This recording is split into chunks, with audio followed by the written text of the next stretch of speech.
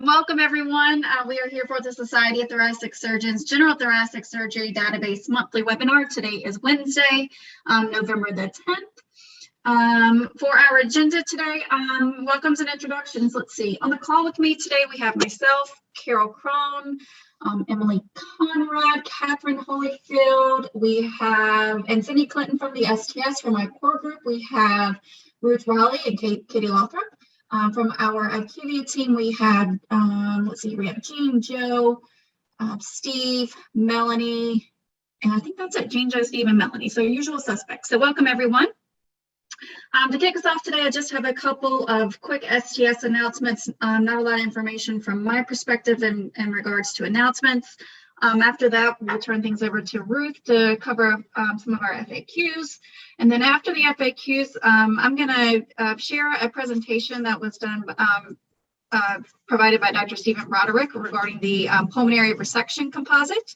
And then after that, we'll turn things over to IQVIA for their brief update, and then we'll end the call as usual with your user feedback. Turn things over to you if you have any questions. We can tackle those at the end of the call today. So let's go ahead and get started. STS updates. Just wanted to announce that the 2022 harvest schedule is now available. It is posted on the STS website as well. The spring 22 harvest, again, is currently underway. So we do encourage you to begin submitting your data now. The spring 22 harvest is scheduled to close on March the 4th. Opt-out date is March the 8th, and that will include procedures up through 12/31/2021. The fall 22 harvest, the harvest submission window closes on September the 9th of 22, and opt-out date is September 13th. And of course, that will include procedures up through 6/30 of 22. The fall harvest, as you're all aware, is closed. That did close on October the 22nd, and the data is currently in analysis, and results are expected this winter. So I don't have an exact date, and that should say winter 2021, not winter 2022. So I will get that corrected prior to posting. Sorry about that. So again, that data is currently in analysis at DCRI, and again, those results will be coming this winter. So again, no exact date, but we'll share as we get more information. That's all that I have in regards to STS updates. I'm going to turn things over to Ruth so she can cover some of the FAQs and clarifications that she wanted to discuss today. So Ruth, the floor is yours. Thanks, Anne. So this is just a few of the FAQ updates that were made for the last month, the October updates. I'm not going to go through all of them, just hit some of the highlights. The updated training manual is posted, and the FAQ summary document is available as well for a complete listing. So the first one is sequence 590, history of cardiopulmonary disease regarding myocardial infarction. So if a physician documents on the EKG report that a myocardial infarction has occurred, then you can code yes to sequence 590. However, if the EKG automated diagnosis is the only indication that there has been an MI, you would code no to sequence 590. So again, it has to be either countersigned by a physician on that EKG or handwritten on the EKG or documented in the EMR somewhere else, obviously, in order for you to be able to code yes to sequence 590. Sequence 1841, clinical staging. So this one's a bit complex. I will do my best to explain it. This came up at AQO as well. So in some rare instances, patients may have a wedge resection and then a completion lobectomy that's delayed, oftentimes by weeks. So the patient will go home after the wedge resection, the pathology comes back positive, and then the lobectomy is the curative resection. So what you'll do in those cases, the wedge resection is considered diagnostic. You do not have to enter that case into the registry. You certainly are welcome to. But the lobectomy, which is the curative resection, does have to be entered. And at most institutions, the pathology reports are combined by the pathologist when reported out. If your institution does not combine the wedge resection and lobectomy pathology reports into one, you are welcome to do so. So I put a little example in here. The patient went to the OR on September 1st and then went for the wedge, and then went back for the completion lobectomy on October 10th. again, the wedge resection is diagnostic, the lobectomy is curative, and you would use the final path from both to answer the pathological staging questions. And you will say yes to sequence 1841, that lung cancer tumor is present. Otherwise, you're not going to be able to answer those pathology questions that are child field. And this, like I said, this doesn't happen super often. So if you feel like this is happening, frequently at your institution, please double check with your surgeons or me or someone to review the cases and make sure that you've got it. Sequence 1875, lung cancer invasion of adjacent structures. So there was some change to the data points that are being collected. This was intentionally done by the surgeons. So if something that you used to enter is no longer available, there isn't another code. And again, that was intentional. So you're just going to either select something that's on this list, or if it's not something that's in this list, then it wouldn't be captured. I guess the only nuance to this is that parietal pleural invasion can be captured by selecting chest wall as an option. But mediastinum, trachea, carina, no longer collected. Sequence 2120, sequence 2120, weight loss of 10% or more. So capturing weight loss has to be based on provider documentation of sustained weight loss. And again, this was moved to the esophageal cancer section. So it's only for those esophagectomies for esophageal cancer that you're collecting this anymore. You can't calculate it. It has to be based on provider documentation. However, the exception to the you can't calculate it rule is that if the provider documents a weight loss in pounds or kilograms, as the data manager, you can you can calculate the percentage of weight loss and enter that accordingly. Sequence 4270, readmission within 30 days of discharge. So back in August, we clarified that readmission applies to inpatient readmissions only. However, we then got a question asking what should be done if the index procedure was completed with the patient in an outpatient observation status and is then readmitted inpatient. Does that count as a readmission? And the core group determined that the answer to that question is yes. So if the patient was initially an OBS patient and readmits inpatient, you'll code yes. However, if the opposite scenario occurs, as we clarified in August, where the patient is inpatient and then comes back and is only ever in an OBS status, you would code no to the sequence. So really the key is for a readmission to occur, it has to be inpatient regardless of the original status. Sequence 4290, substance use screening and counseling, which is everybody's favorite sequence, I can tell from the questions that I get on this one. So the question was what to do if a patient refuses counseling. So again, step one of sequence 4290 is to determine if your patient screens positive for tobacco use, alcohol use, or illicit non-prescription drug use. If the answer to all of those questions is no, they don't screen positive, then you just code yes to sequence 4290 and you're done. However, if the patient screens positive for something and refuses the counseling, you can also code yes to sequence 4290, or I should say still code yes to sequence 4290. However, if appropriate counseling is not offered, you would have to code no if they screen positive. Sequence 790, I've gotten lots of questions asking for a timeline on history of substance abuse. This one isn't in the training manual yet, but the core group meets again tomorrow. And when I update the training manual, it'll probably be published next week sometime, the timeline for sequence 790 will be included. So we're going to align the timelines for cigarette smoking, substance dependency and abuse, and alcohol abuse to all be the same. So if the patient screens positive for any of those within 30 days prior to admission, you would code, it's a multi-select, so you would select, whatever substance abuse sequences are appropriate. A brief audit note. So if a parent-child is incorrectly coded and therefore the necessary child field doesn't open for coding, the parent and child field would both be marked by the auditors as a mismatch. So if you say no to sequence 3630, which is postoperative events occurred, and therefore none of the child fields open, but the patient did indeed have a postoperative event, then you would be counted for, the mismatch on the parent 3660, and then any of the child fields that should have been coded as yes also.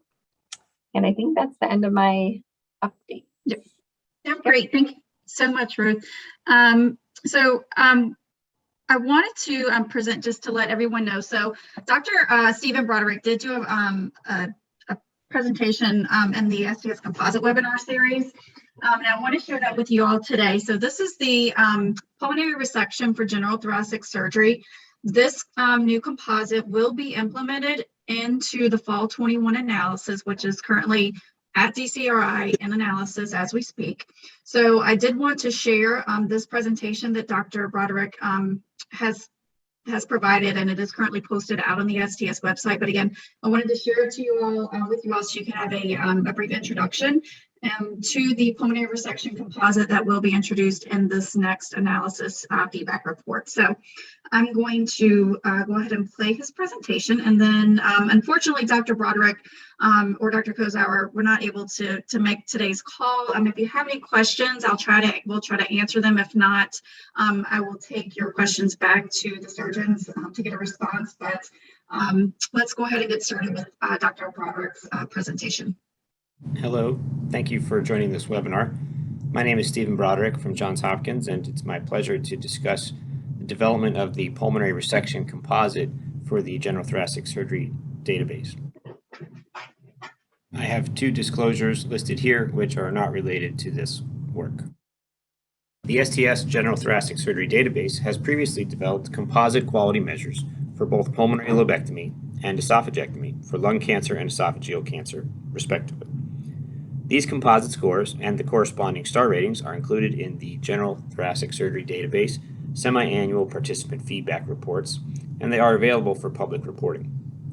In addition, the GTSD has developed risk-adjusted models for morbidity and mortality after the more broadly defined lung cancer resection, including in the model additional extensive resections such as wedge resection, segmentectomy, bilobectomy, or pneumonectomy. The aforementioned measures have adjusted for surgical approach, minimally invasive versus thoracotomy, in the risk adjustment models.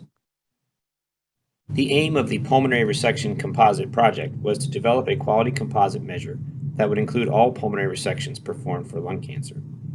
Two main reasons to undertake this initiative were first, that there have recently been an increasing frequency of sublobar resections performed for early stage cancers, namely wedge resections or segmentectomies.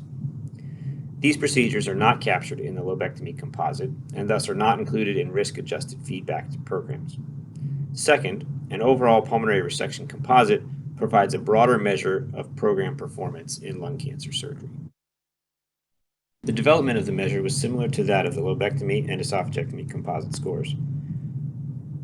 The General Thoracic Surgery Database was queried for all pulmonary resections for lung cancer between January of 2015 and December of 2017. Composite scores were calculated as a weighted sum of risk-adjusted or operative mortality and major morbidity. Major morbidity was defined a priori, consistent with the morbidities included in the pulmonary resection composite. Individual participant rates were then estimated using a Bayesian hierarchical model, and assignment of performance categories or star ratings were made according to the methodology used in the prior STS measures. This slide shows the extent of resection for all cases included in the model. There were 38,461 pulmonary resections included. The majority of cases were lobectomies at 70.7%.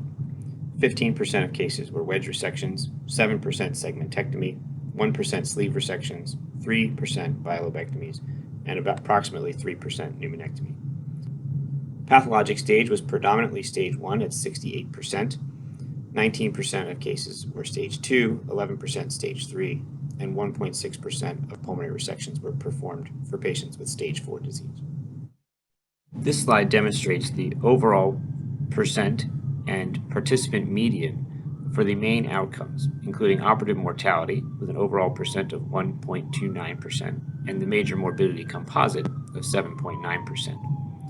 The components of the major morbidity composite are listed, including return to the operating room, pneumonia, initial ventilatory support over 48 hours, respiratory failure, tracheostomy, ARDS, pulmonary embolus, bronchopleural fistula, and myocardial infarction. The most common major morbidity was pneumonia at 3.6%, followed by respiratory failure and return to the operating room. The composite scores and associated confidence intervals are shown graphically here, with the composite score plotted on the y-axis. The horizontal dashed line represents the mean composite score. Those programs for whom the composite score is below the mean and the confidence interval does not overlap with the mean are shown in red. These programs are one-star programs or performed worse than expected. Those programs whose composite score lies above the mean without overlap of the confidence interval are shown in blue. These are three-star programs. The remaining programs, shown in black, are two-star programs, namely those for whom the confidence interval of the composite score overlaps with the mean composite score. In order to maintain stability of the model, only programs with 30 or more pulmonary resections for cancer were included in the model. This resulted in 214 participating programs. Overall operative mortality was 1.3%, and major morbidity occurred in 7.9% of resections. The majority of programs, 194, achieved a 2-star rating. A 2-star rating indicates that the program performed as expected.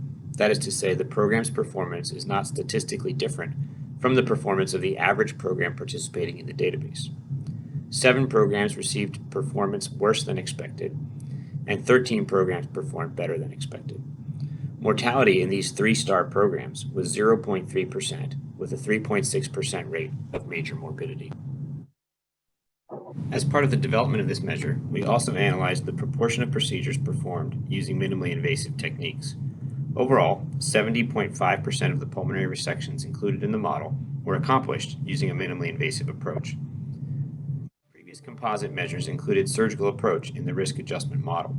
As part of this composite measure development, analyses were performed both with and without minimally invasive approach included as a covariate in the risk adjustment model. It's notable that there were minimal differences between the two models, including or excluding minimally invasive approach. Finally, we analyzed the number of lymph nodes evaluated at the time of pulmonary resection. Pathologic evaluation of hilar and mediastinal lymph nodes is a critical component of pulmonary resection for lung cancer. Lymph node evaluation provides important prognostic information and allows for the identification of patients who may benefit from additional treatment after surgery. The median number of lymph nodes evaluated amongst pulmonary resections performed in the general thoracic database was 10, with the mean number of nodes being 11.9. In conclusion, participants in the STS general thoracic surgery database performed the spectrum of lung cancer resections with low morbidity and mortality. The median number of lymph nodes evaluated suggests that participants are meeting contemporary staging standards. There's a wide variety of the application of minimally invasive techniques among participants, and risk adjustment for minimally invasive approach in the composite model resulted in only modest overall changes to star ratings. Thank you again for viewing this webinar. The webinar slides and other materials will be posted on the STS website. Please direct any questions or comments to Sydney Clinton, STS Senior Coordinator, Quality Metrics and Initiatives at sclinton@sts.org. Thank you. All right, thank you, everyone. Let me get back here to our slides. So next I'm going to turn things over to Joe for our brief IQVIA update. Great, thank you, Leanne. Good afternoon, everyone. Just a recap of the items we covered last time. We don't have any new information, but just to go over again the items that are being worked on for now. Starting with STS 7157 in regard to direct data entry validations. We have received reports that the current critical errors on the form for direct data entry users is cumbersome and can disrupt the site's workflow. So we are working with the STS to address these concerns and to alleviate some of the errors that appear on those forms for you. In regard to the participant dashboard, STS 6995, we have received a report that the participant dashboard, when viewed on the website, was showing different results from the same report when it was exported to Excel. That has been resolved and that should no longer be an issue. STS 7348, the rest of these should have to do with the missing variable report. So for this one, the status 30 days after surgery variable will be updated so that the unknown selection, which is harvest code 3, will display as missing on the report. STS 7050. The MVR is incorrectly flagging LFU date and LFU mort stat as missing when they are not applicable based on the demographics form version. STS 7100 for version 5.21.1 records, the MVR is incorrectly flagging the race multivariable as missing even when it's answered.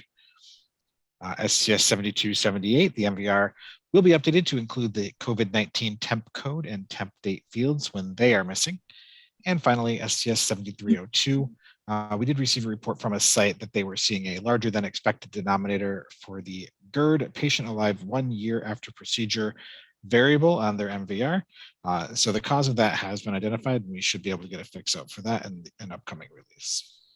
And that is everything I had. As I said, these are issues that we are working on.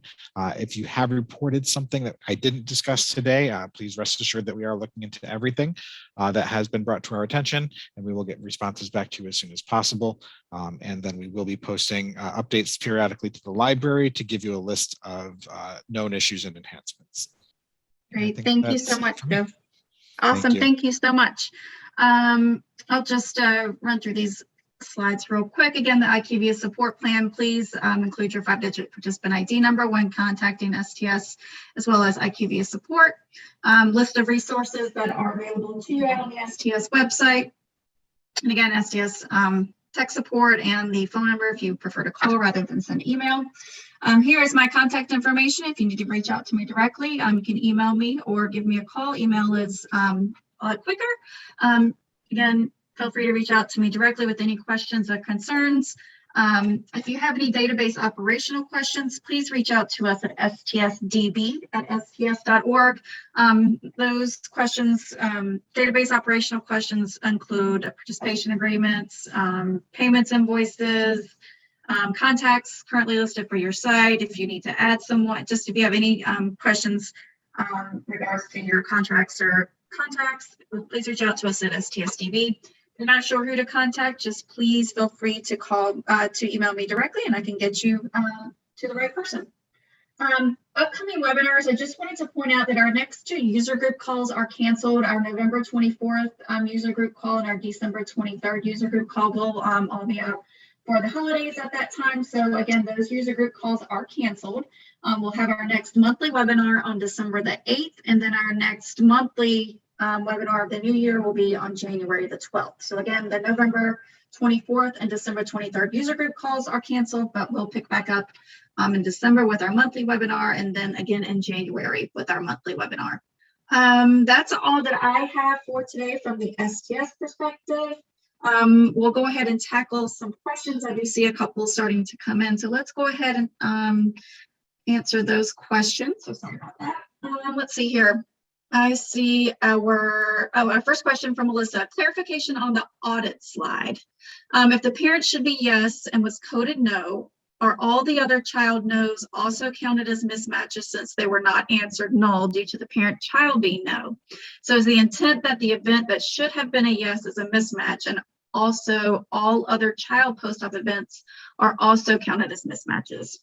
Ruth, did you want to answer that one?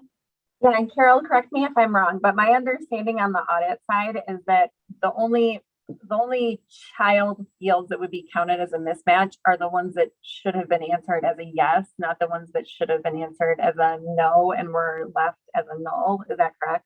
No, actually, no, that's not. Sorry, Ruth. If you answer the parent incorrectly and you don't respond to the children field because you answered the parent incorrectly, all of the ones that are audited are marked wrong, even if they were supposed to be no, because the answer was missing. Okay, no, perfect. So the reason why we have the complication section as yes or no fields is that so each of those fields are addressed, because the complication section is important to your site's outcomes, and we don't want to just assume anything is a yes or anything is a no. We want to make sure that a data manager verifies the information is correct. So they're marked incorrect, even if they were supposed to be no and still marked as unknown. Great. Thank you. Our next question from Margaret: is the composite a 1 or 3 year measure? So that is a 3 year. same as the other two, the lobectomy and the esophagectomy. It's a 3-year composite measure. When does the pulmonary resection composite go into effect? Is this separate from the current lobectomy? Trying to understand if I'll be grouped into one. So these, the pulmonary resection composite will go into effect in this fall 21 analysis that's currently at DCRI. So that data set is at DCRI and in analysis. So the pulmonary resection composite is completely separate from the lobectomy. So we'll still have the lobectomy composite, the esophagectomy, and then we'll have the new pulmonary resection composite. So we'll have 3 composites moving forward and for reporting. So again, we'll have the lobectomy, esophagectomy, and the pulmonary resection composite. Next question, Christine, this is on me. Where can we find the templates shared to help our surgeons from the conference? So I am working with marketing to get that information posted within the STS Learning Center. So that is on me, and I will have all of that information over to marketing this week. So I do apologize for that. So they are coming, and again, they will be posted along with all the other AQO materials in the STS Learning Center. Okay, I know we don't have any other questions. Did anyone else have anything they wanted to bring up or discuss while we're waiting for other questions to come in? Here, actually, we've got a question. Do you know the dates of cases that will be included for the spring harvest 22? So let me go back to the harvest slide. Sorry for the angry scrolling. I should have just gone the other way. Sorry, guys. So here are the harvest submission dates. The general thoracic database is a 3-year reporting period. So the spring 22 analysis will cover up through 12/31/21. So that'll be January 1 of 2019, January 2020, and 19, 20, and 21. Sorry, all 3 calendar years and spring 22 report. So it'll be 19, 20, and 21. So January 1, 2019 through 12/31/2021. Is there a certain time each month that we should anticipate the GTSD training manual be posted? I don't want to miss one. So yes, so Annie, we do, the plan is to get these posted within the first 2 weeks of the month. So I know we have a core group call tomorrow to address the questions that are currently outstanding. So we will have that call tomorrow. Ruth will work on the training manual updates and get those over to me. So hopefully we'll get that posted. Ruth, hopefully first part of next week. Yeah, I'll get it to you tomorrow. Okay. And we get posted. The last one was delayed because we delayed the core group call for April. So it was a little bit off schedule last month, but we should get back on schedule this month. No problem. So Holly, just going back to the fall 20, so this actually, the fall 20, this should say 20, sorry, this should say 2021. I had a typo there, so I'll get that corrected prior to posting these slides. But again, the fall 21 harvest closed October 22nd, and these results are expected winter of 2021. So sorry about that. That's a typo on my part. So Priya, which resection types will be included in the pulmonary resection composite? So the the surgeon leaders, they are all working. I don't have all of the final criteria yet. All of this information will be posted in the analysis overview. So you'll have all the criteria, just like we currently have for lobectomy, esophagectomy. So all of that criteria will be available in the analysis overview. I haven't gotten all of that final information yet. I know they were making a few final decisions, but on DCRI and the surgeons. So I don't have all that final information yet, but again, I will share that with you as soon as I have it. You can also review the resection paper that's posted. I'll include a link to that to the paper on the website or in my slides, so you can also pull the paper and review that as well. This webinar will be posted, so I will send the recording over to marketing today. So it usually takes a couple of business days to get this posted. So hopefully it'll be posted possibly by the end of the week, maybe probably by Monday of next week. So it just depends on how much marketing, what all they have on their plates right now. But again, I'll send the recording over as soon as we get it this afternoon. So, but yeah, it usually does take a couple of business days for them to get everything website ready. No problem, Don. Anyone else have any questions? Carol or anyone from the STS side or IQVIA side want to mention anything that I may have overlooked?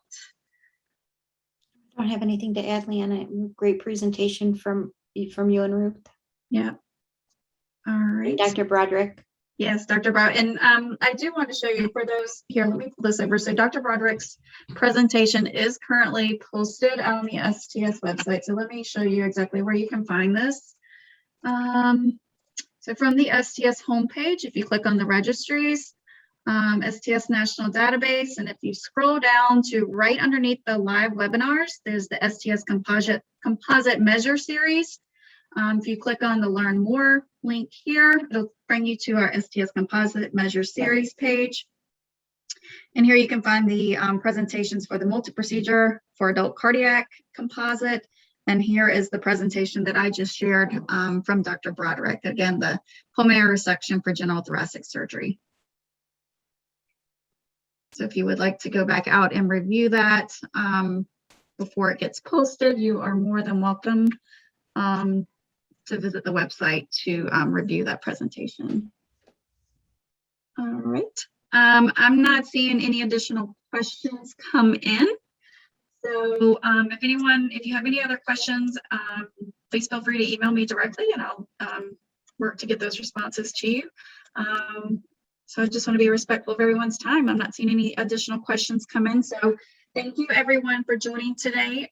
Thanks, Carol, STS team. I appreciate it. IQVIA team. I appreciate you joining and presenting as always. So thank you, everyone. I hope you guys have a great rest of the day. Thank you. Thanks, Leanne. Great job. Thanks, guys. Thanks, Ruth. Thanks, Ruth.